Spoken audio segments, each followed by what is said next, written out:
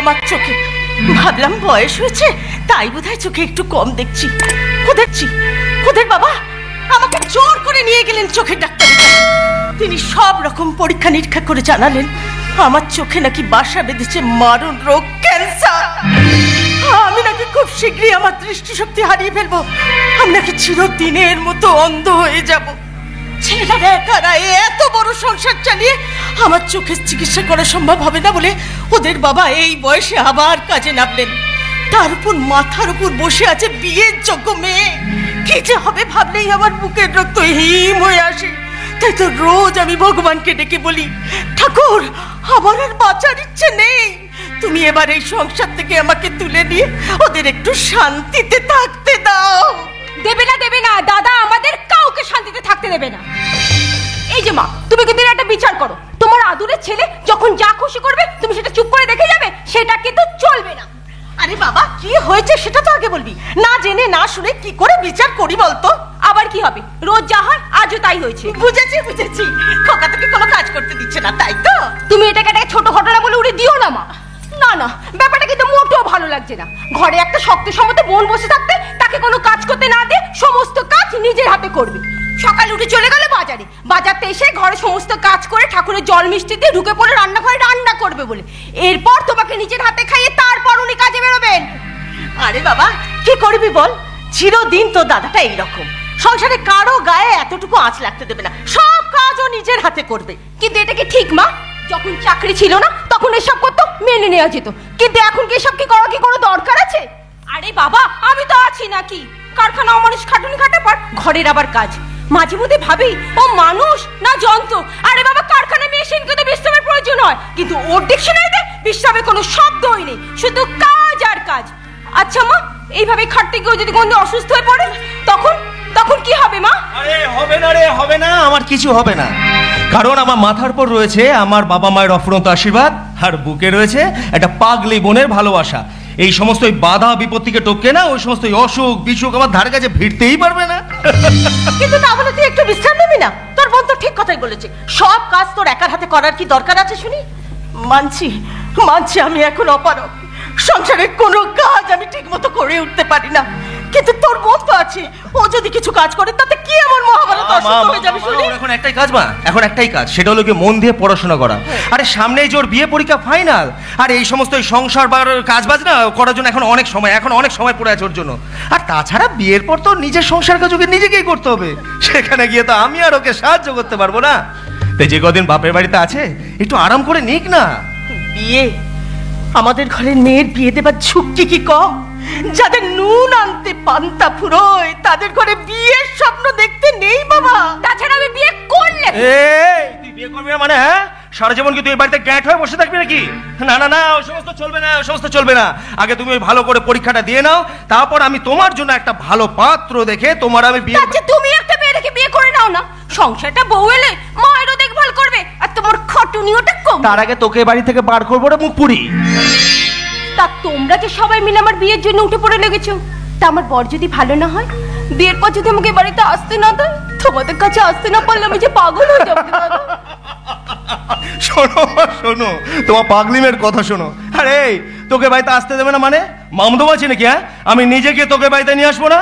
আর তাছাড়া ও সমস্ত কিছুই হবে না। হ্যাঁ, কারণ পাত্র তো আমি নিজে তোর জন্য ঠিক করব, তারপর তার সমস্ত শখ আহ্লাদকে আমি নিজে হাতে পূরণ করব, তারপর তোকে আমি নিজে হাতে সাজিয়ে দিয়ে বলবো, আসছে সীতার রামচন্দ্র বাজবে রে সানাই, আসছে সীতার রামচন্দ্র বাজবে রে সানাই, আনন্দের নাই রে সীমা আমি সীতার ভাই। ও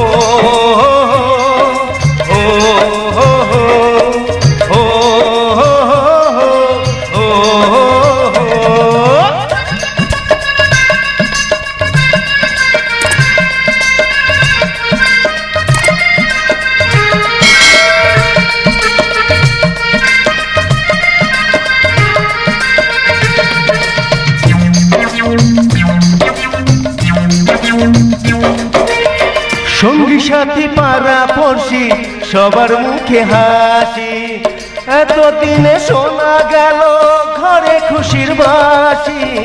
সঙ্গী সাথী পাড়া পড়শি সবার মুখে হাসি। বিয়ের পরে বোনকে আমার নিয়ে যাবে স্বামী, বিয়ের পরে বোনকে আমার নিয়ে যাবে স্বামী। চোখের জলে তখন তাকে দেব বিদায় আমি। ও ও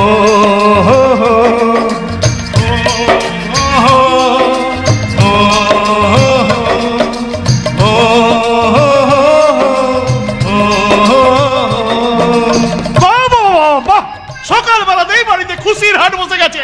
ভালো ভালো ভালো, খুব ভালো। বুঝলি, এইভাবে যদি সংসারে হাসি খুশিতে থাকা যায় না, অবাবা পালাবার পথ খুঁজবে। তুমি আজ সকালবেলা কাজে বেরিয়েছিলে বাবা? কাজ? কাজ আর কোথায় রে? ওই তো কয়েকটা বাড়িতে কিন্তু সেটাই বা কেন? আমি না তোমাকে বলেছি তুমি কোনো কাজ করবে না? দেখ খোকা, তোর কথা শুনে যদি আমি বাড়িতে হাত পা গুটিয়ে বসে থাকি, তাহলে তো হাতে পায়ে জং ধরে যাবে রে। জানিস তো, রেসের ঘোড়া যখন ছুটতে পারে না, তখন তাকে গুলি করে মেরে দেয়া হয়। বাবা, তুইও কি চাস বাবা তোর কথা শুনে আমি বাড়িতে বসে ধীরে ধীরে মৃত্যুর দিকে এগিয়ে যাই? তাছাড়া আমি বাবা হয়ে বাড়িতে বসে থাকবো আর তুই খেটে আমার মুখে ভাত তুলে দিবি, সেটা আমি সহ্য করতে পারবো না রে বাবা। তাতে এটা ভালো হলো না, মাস গেলে কয়েকটা টাকা হলেও তোর হাতে আমি তুলে দিতে পারছি। এই দুর্মূল্যের বাজারে সেটাই কি কম বল? জানিস তো, বিন্দু বিন্দু জলকণা থেকেই সিন্ধুর সৃষ্টি হয়। আমি জানি বাবা, আমি জানি। তুমি কোনোদিন একটু নিশ্চিন্তে বিশ্রাম নিতে পারবে না, কারণ তুমি যে বাবা। তাই ছেলেমেয়েরা যত বড়ই হয়ে যাক না কেন, ওই বাবা আমার কাছে না সারা জীবন ছোটই থেকে যায়। তাই তো তোমার যত কষ্টই হোক, তুমি এই আমার কাঁধে কাঁধ মিলিয়ে এই সংসারে বোঝাটা বয়ে নিয়ে চলবে। শোনো শোনো মমতা, শোনো, তোমার পাগল ছেলের কথা শোনো। ছেলে মেয়ে কষ্ট করবে আর বাবা মা চুপ করে বসে তা দেখবে, তা কখনো হয়? তবু তো তোর বাবা তোর পাশে দাঁড়িয়ে কিছুটা হলেও সাহায্য করার চেষ্টা করছে। কিন্তু আমার যে ইচ্ছা থাকলেও আর কোনো উপায় নেই রে বাবা। আজকাল চোখে কিচ্ছু দেখতে পাই না, সব সময় মনে হয় চোখের সামনে একটা কালো পর্দা সব কিছুকে ঢেকে রেখে দিয়েছে। তা না হলে কি আমার সাধ হয় এইভাবে চুপ করে বসে থেকে সংসারের অন্য তুমি এই কথা বলতে পারলে? আচ্ছা মা, তুমি বল। আমি আর বোন কি তোমাকে কখনো অসম্মান করেছি, কখনো খারাপ নজরে দেখেছি? আরে আমি যদি পারতাম না, তাহলে আমার এই চোখ দুটোকে তোমাকে অঞ্জলি দিয়ে আমি তোমার চোখে সারা দুনিয়াটাকে দেখতাম। তবে তোমরা কিছু চিন্তা করো না, বুঝলে? আমি ওই কয়েকজন ডাক্তার সঙ্গে কথা বলেছি। ওই ডাক্তারি পরিভাষায় রোগটার নাম হলো কোরাইডাল মেলানোমা। হ্যাঁ বাবা, ডাক্তারবাবুরা বলেছেন এই রোগে আক্রান্ত রোগীদের ওই চিকিৎসা করে দৃষ্টিশক্তি ফিরিয়ে আনতে গেলে অনেক সময় রেডিয়েশনের মাধ্যমে রে দিয়ে তারপরে দৃষ্টিশক্তি ফিরিয়ে আনতে হয়। আর রোগ যদি খুব জটিল হয়, তাহলে ওই চোখ তুলে তারপরে রে দিতে হয়। সে কি রে? হ্যাঁ, চোখ তুলে ফেলবে? তখন তখন আবার নতুন করে প্রতিস্থাপন করতে হবে। আরে বাবা, ডাক্তারবাবু এও বলেছে এই রোগের চিকিৎসা নাকি সারা দুনিয়া অনেক জায়গাতে হয়ে থাকে, আর ঠিক মতো যদি চিকিৎসা হয় তাহলে রোগী নাকি আবার দৃষ্টিশক্তি ফিরে পায়। সত্যি দাদা? আরে বোন, সত্যি সত্যি সত্যি। আরে বিজ্ঞান যে আজ কোথায় গিয়েছে না তা আমরা কল্পনা করতে পারি না। তাই তো আমি ঠিক করেছি যেখানেও যেভাবে হোক আমি টাকা জোগাড় করে মায়ের চিকিৎসা করাবোই। কিন্তু খোকা, এতগুলো টাকা তুই কোথায় পাবি? সামান্য একজন কারখানার শ্রমিক হয়ে এই যে আমাদের কাছে অলিক স্বপ্ন রে বাবা। স্বপ্ন চিরদিন স্বপ্নই হয় রে বাবা, তা কখনো সত্যি হয় না। তাই বলি কি, তুই এই অলিক স্বপ্নের পেছনে না দৌড়িয়ে ভাগ্যে যা আছে তাই মেনে নে। ভাগ্যের লিখন কেউ কন্ডাতে পারে না বাবা। মানুষ চেষ্টা করলে কি না পারে মা, তাই আমিও চেষ্টা করবো মা। হ্যাঁ মা, আমিও চেষ্টা করবো। আর তুমি দেখে নিও মা, ওই ভাগ্যের সাথে লড়াই আমি জিতবো। প্রয়োজনে আমি নিজেকে বিক্রি করে দিয়ে আমি তোমার চোখের চিকিৎসা করাবো। প্রয়োজনে আমি নিজেকে ভবের হাটে দাঁড় করিয়ে দিয়ে চিৎকার করে বলবো, মানুষ কিনবে গো, মানুষ, একটা শক্ত সমর্থ মানুষ। এমন বল যেখানে এই হাটের বাজারে গরু ছাগল সমস্ত কিছু বিক্রি হচ্ছে, সেখানে ভগবানের তৈরি শ্রেষ্ঠ জীব একটা মানুষ বিক্রি হতে পারে না। মমতা, আজ আমি মুক্ত করতে স্বীকার করছি মমতা। শত অভাব অনটনের মধ্যেও ভগবান আমার সংসারে একটা রত্ন উপহার দিয়েছে, আর সেটা হলো আমার খোকা। আমি জানতাম মমতা, একদিন আমাদের এই অভাবের সংসারে দুঃখের অন্ধকার দূর করে ও সুখের আলো জ্বালবেই। তাই তো আমি ওর নাম রেখেছিলাম তব উচিত যে অন্ধকারকেও জয় করতে পারে। বাবা হ্যাঁ, আমি জিতবো বাবা, আমি জিতবই। দারিদ্রতার অন্ধকারকে দূর করতে নিয়ে আসবো আমি সুখের আলো। অভাবের কাণ্ডকে মুছে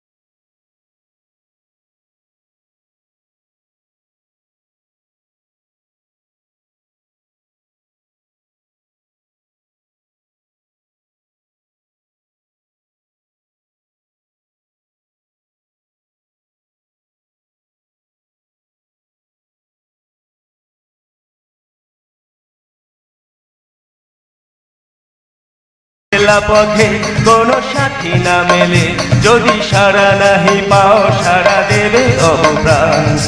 আগামী দিনের আলো দু চোখে মেখে নাও, আধার ঘুচিয়ে দাও ভোলো অভিমান।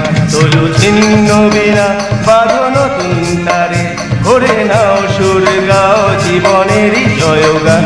তলু ছিন্ন বিনা, তলু ছিন্ন বিনা, ছিন্ন বিনা।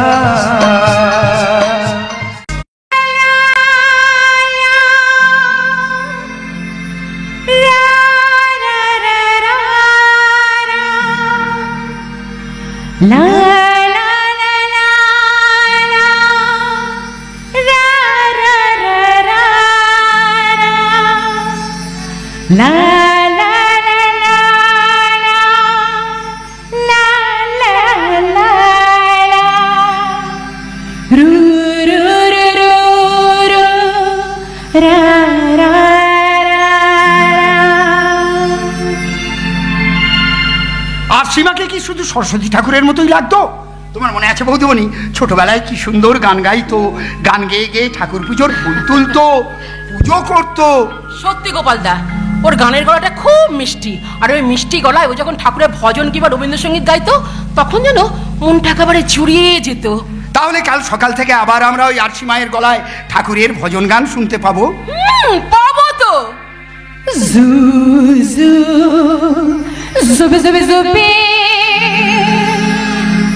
আহ জুবি জুবি জুবি, জুবি জুবি জুবি, হে হে হে।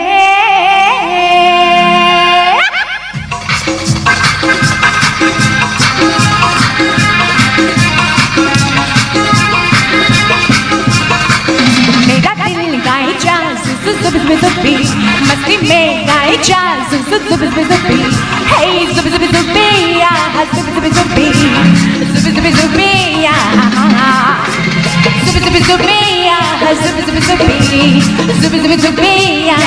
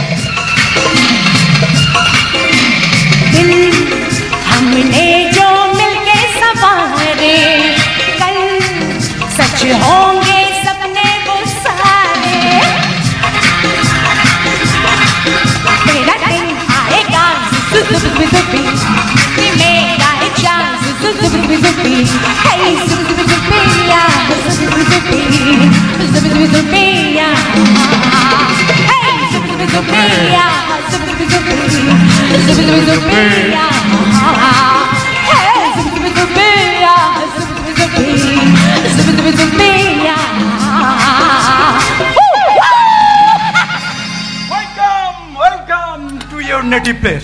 নিজের শহরে ফিরে আসার জন্য তোমাকে স্বাগত। Just a minute. এই শোন শোন শোন, বলছি তোরা চট করে ড্রেস রুমে গিয়ে রেডি হয়ে নে, কেমন? আমাদের এক্ষুনি বেরিয়ে পড়তে হবে। আর শোন, ফুলের বউকে তারপর mister Shayan Mukherjee, special officer in West Bengal crime branch. ছাড়ো তো সব ফর্মালিটিস। আরে বাবা, আমি এখানে ডিউটিতে আসিনি, এসেছি আমার ছোটবেলা স্কুলের বন্ধু আরশি রায় চৌধুরীকে বহু বছর বাদে তার নিজের শহরে ফিরে আসার জন্য স্বাগত জানাতে। থ্যাঙ্কস। বন্ধুত্বের মধ্যে নো থ্যাঙ্কস, নো ফর্মালিটি। তা ম্যাডাম, তোমার তো বাড়ি ফেরার কথা, তা সেখানে না গিয়ে হঠাৎ এই নাইট ক্লাবে কেন? বলতে পারো হঠাৎ করে ডিসিশনটা নিয়ে ফেললাম।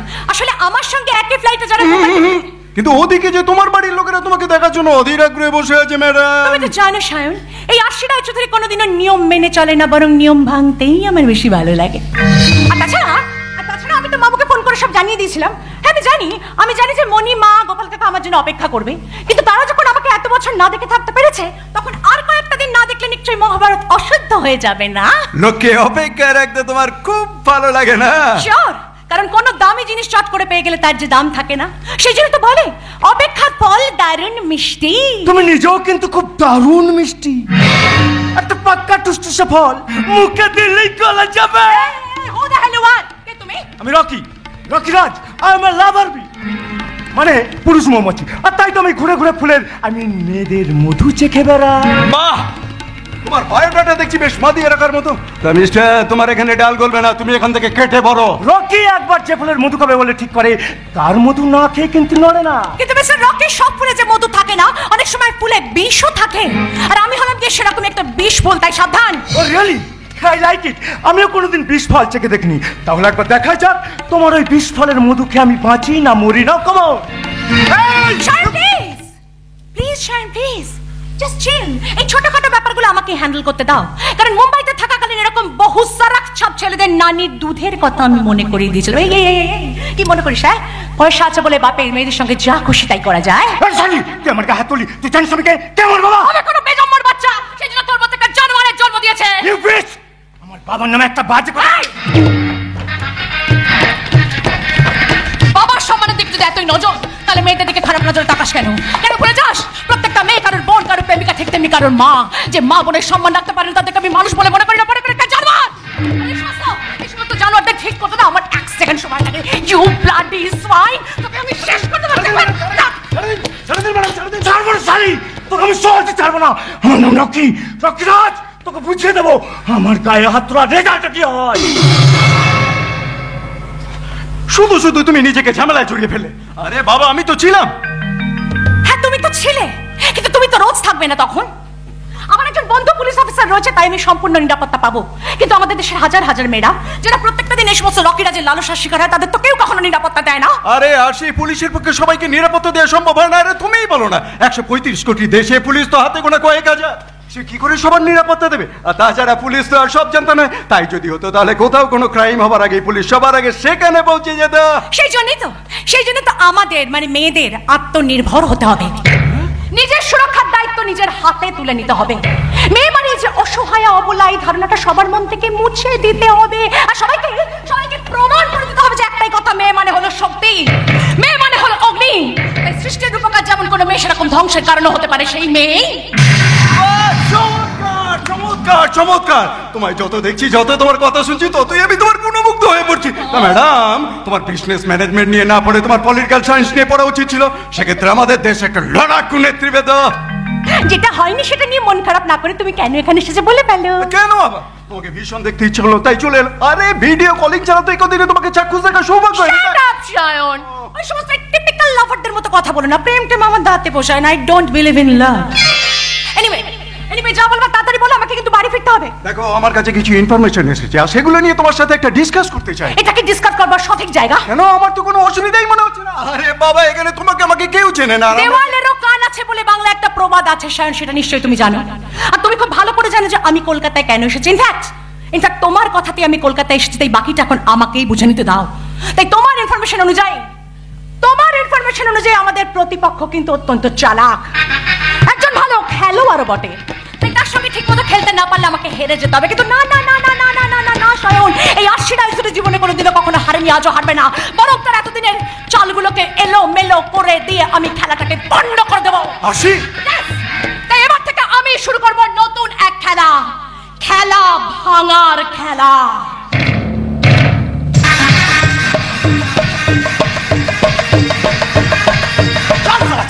চল সালা, मुझे छोड़ दीजिए मंजर बाबू। ছেড়ে দেবো। একটা কাজ তো ঠিক করে করতে পারিস না, অত সালা মাসের শেষে গোছা গোছা মাইনে নিচ্ছে। এই তোদের লজ্জা কেন বলে কোনো জিনিস নেই? আপনি ঝুট মুড়ে আমাকে দোষে যাচ্ছেন মঞ্জর বাবু। এতে আমার গলতিটা কি আছে আমি তো সেটাই বুঝতে পারছি না। রাস্তায় যদি পুলিশ মাল পাকড়ে লায় আর অমনি সালা তুই লরিটাকে মাঝ রাস্তায় ছেড়ে দিয়ে পগার পার হয়ে যাবে। তো কি করবে? পুলিশ ধরতে পারলে তো জিনা হারাম করে দেবে। বলিস স্যারকে বলিস, স্যার তোকে যত্ন আদর করে না বড় বড় রাজভোগ গেলাবে সালা। नहीं मैनेजर बाबू, साहब के আপনি কিছু বলবেন না। ও সালা পুলিশের হাত থেকে পালে যদিও বেঁচে গেছি, লেকিন সাহেব জানতে পারলে একদম খতম করে দেবে। শুধু দেবেই, কথাতে আছে বাঘে চুলে 18 গা, পুলিশে চুলে 36 গা। আর আমাদের স্যার মানে ভুবন হালদার, যদি একবার কাউকে ছুঁয়ে দেয় না তার সারা শরীরে ঘা হয়ে যায়, সে ঘা জীবনেও সারে না। ছাড়ে না এই ভুবন হালদার যাকে একবার ধরে তাকে না মেরে ছাড়ে না। সাহেব এই শমশের, কত বছর কাজ করছিস আমার কাছে? তা 10-12 বছর হবে। আরে সালে 10 বছরে মানুষকে কখনো চিনতে পারলি না। অবশ্য চিনবি কি করে? মানুষ চেনা যায়, শয়তানকে কখনো চেনা যায় না। আর আমি হলাম একেবারে জাত শয়তান।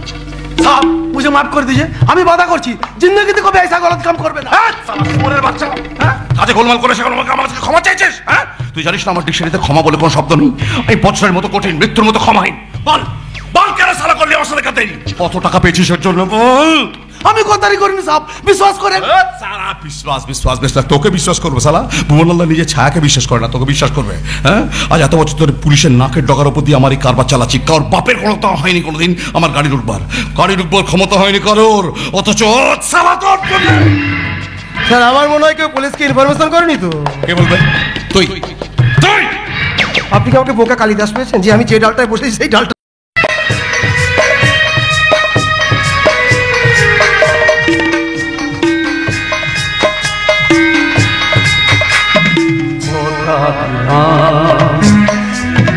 আমি কথা দিলাম,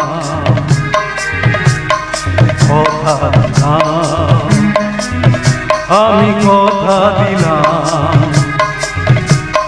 তুমি আমি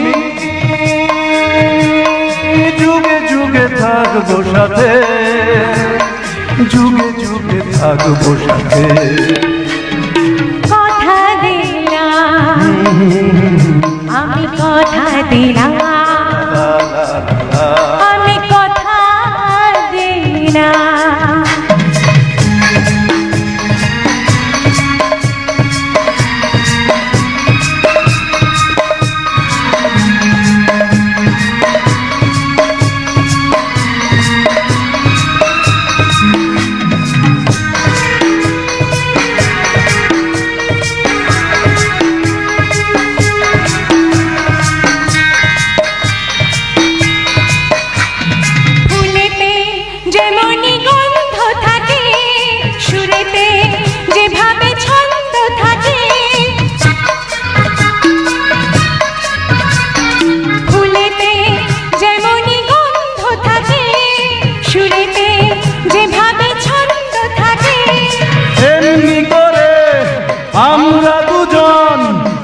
মিশে দিনে ও রাতে, যুগে যুগে থাকবো সাথে, কথা দিলাম, কথা দিলাম, তুমি আমি যুগে যুগে থাকবো সাথে, যুগে যুগে থাকবো সাথে। কথা দিলাম, আমি কথা দিলাম, আমি কথা দিলাম। লাইক হয়েছে যে তার মামুর ইচ্ছা আর মুচ্ছার কোনো মূল্যই তার কাছে নেই। আমার কাছে কারো কোনো সেন্টিমেন্টের মূল্য নেই। আমি নিজে যেটা নিজের জন্য ভালো মনে করে আমি সেটা করি, কিন্তু তুমি তুমি খুব ভালো করে জানতে যে বিয়ে জিনিসটাকে আমি ভীষণ ভীষণ ডিসলাইক করি, আর তা জেনে শুনেও তুমি আমার ডিসগাস্টিং। আচ্ছা মামু, মামু, মামু, তুমি আমারই বিয়ে ঠিক করে ফেললে আমাকে না জানিয়ে? তারপরে তুই আমার দেখা পাত্রকে বিয়ে করবি না, এটাই তোর ফাইনাল ডিসিশন? তার মানে তো এখানে আমার থাকা বৃথা। চিত্রা, আমার কাজ আছে, আমি বাইরে যাই। মামু দাঁড়াও।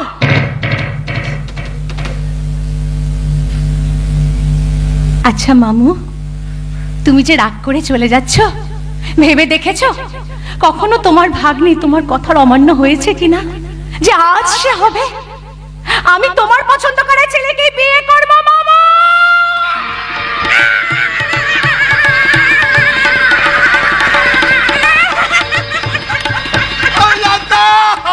আমার ভাগ্নি কোনোদিন আমার কথা ফেলবে না। আরে ওকে আমি নিজে হাতে করে দিয়েছি, আমি জানি ওর মামুকে বিশ্বাস করে। চিন্তা করবে না, কাজ করো তুমি। সবাইকে গিয়ে এবার মন ভরে মিষ্টি খাও, একদম মন ভরে মিষ্টি, হ্যাঁ সবাইকে খাও। আর বাবা সায়ন, তুমি কিন্তু দুটো না খেয়ে আজ আমার বাড়ি থেকে যেতে পারবে না। দেখো তো সুখবর একটা দিলাম, তুমি দুটো না খেয়ে গেলে না আমার ভীষণ খারাপ লাগছে। তোমার আমি চাই খারাপ তোমার লাগছে, বুকটা ফেটে চুরচার হয়ে যাচ্ছে, সব চাই। কিন্তু কি করবো বলো, তোমার উপকার করতে গিয়ে তো আমি পেছনে পৌঁছ দিতে পারি। তাই ছোট্ট একটা চাল। ও শান, ও একটা কি সারপ্রাইজ দেবে বলেছিল ভাগ্নে? থাক না আছি, তোমার মামুর দিয়ে সারপ্রাইজে গেছে, আমার সারপ্রাইজটা তুমি নিতে পারবে না, তাই আমার সারপ্রাইজটা আমি উইথড্র করে নিলাম। ও মাই গড, তার মানে তুমি আমার কাছে হেরে গেলে বলো? আসলে কি বলো তো, এই পুরো বয়সও না আমি খেল লাগাতে পারি। যাকে বলে উস্তাদের মার শেষ।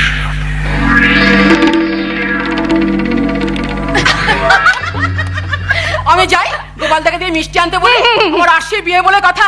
আজ আমি নিজের হাতে বাড়ির সবাইকে মিষ্টি খাওয়াবো। এই যে শাইনমুখার্জি কোথাও যাবে না, সারপ্রাইজ না বলে তোমার এখান থেকে যাওয়া হবে না। কি দরকার, থাক না, আমি না হয় পরে জানাবো। আরে বাবা, আমি তো আর পালিয়ে যাচ্ছি না, কিন্তু হ্যাঁ তুমি পালাচ্ছ শ্বশুর বাড়ি, তাই তো ভাবছি আমাদের মিশনের ব্যাপারটা কি হবে। আরে তোমার ইন্টারেস্টে আমাদের মিশনের শুরু, এখন যদি তুমি না থাকো। আরে বাবা, আমি না থাকবো মানে আমি কোথায় ও তুমি শ্বশুর বাড়ি কথা বলছো? রাবিশ। এই বিয়েটা আমার কাছে ভ্যালুলেস, এটা আমার কাছে খেলা, জাস্ট ছেলে খেলা। আর কত খেলবে, আর কত খেলবে আমাদের মিশনের ব্যাপারে? তুমি একদিন বলেছিলে নাকি তোমার এটা খেলা ভাঙার খেলা, অথচ খেলা শুরু না হতেই তুমি মাঠ ছেড়ে পালিয়ে যাচ্ছ। না স্যার না, এই আশিরা যদি কোনোদিনও না খেলে মাঠ ছেড়ে পালায় না, আজও পালাবে না। ছোট থেকে আমি বাবাকে মাকে হারিয়েছি, হাঁটতে আই হেট লুজার। আমি হার শব্দটাকে বড্ড ঘেন্না করি। এই খেলাটা যেই শুরু করে থাকুক না কেন, শেষ করবো খেলা কিন্তু আমি। শ্বশুর বাড়িতে কি এই খেলাটা তুমি খেলতে পারবে? আমার জীবনে লক্ষ্য পূরণের জন্য কোনো বাধাই বাধা নয়, তাই এই মিশন কমপ্লিট করার জন্য আমি নিজের জীবনকেও বাজি রাখতে রাজি। আসি ইয়েস, তুমি জানো সায়ন যে আমাদের প্রতিপক্ষ অত্যন্ত চালাক, তাই তার চালের উত্তরে আমাকে মোক্ষম চাল সাজাতে হবে। সায়ন বাঘ যখন শিকার করে তখন দু পা পিছিয়ে যায়, তারপর শিকারের উপর ঝাঁপিয়ে পড়ে। তাই ধরে নাও না আমিও সেরকম বাঘের মতো দু পা পিছিয়ে গেলাম, তারপর সুযোগ বুঝে এক লাফ দিয়ে ঝাঁপ মেরে ছিন্ন ভিন্ন করে দেবো তার গোটা শরীর। শিকার? তোরা কি আবার শিকারে যাবি নাকি? কি সর্বনাশ! আরে বাবা, কি শুনতে তুমি কি শুনে ফেলো মণিমা? আরে কিসের শিকার, কেন শিকার? আর তাছাড়া বন্যপ্রাণী হত্যা শাস্তিযোগ্য অপরাধ। কিন্তু আমি যে ঘরে ঢুকতে নিজের কানে স্পষ্ট শুনলাম। কে জানে বাপু, তোদের এই বাঘ শিকার অপরাধ এসব আমার মাথায় ঢুকছে না রে মা। তোমার মাথায় ওসব ঢুকিয়ে লাভও নেই গো মণিমা। তুমি যেরকম আমার মা হয়ে আছো, তেমনি আমার মা হয়ে থাকো। ওই শিকার করে ক্লান্ত হয়ে যখন ফিরবো, তখন যেন তোমার কোলে মাথা রেখে আমি ঘুমোতে পারি। মা গো, তুমি শুধু আমার সেটুকু আশীর্বাদ করো। ছোট থেকে মাকে তো কাছে পাইনি, তাই তুমি আমার কাছে মা, আমার মণিমা, আমার নিজের মা, আমার সবকিছু। তাই তোমার কথা ভেবে দিনের পর দিন আমি চোখের জল মুছেছি, নিজেকে শক্ত করেছি আর বুঝিয়েছি যে আমাকে লড়তে হবে এই সমাজের বিরুদ্ধে, লড়তে হবে সমস্ত অন্যায়ের বিরুদ্ধে, লড়তে হবে নিজের সঙ্গে নিজের কষ্টগুলোর বিরুদ্ধে। এই আমার জীবনের একটাই মন্ত্র, ফাইট, ফাইট এন্ড ফাইট।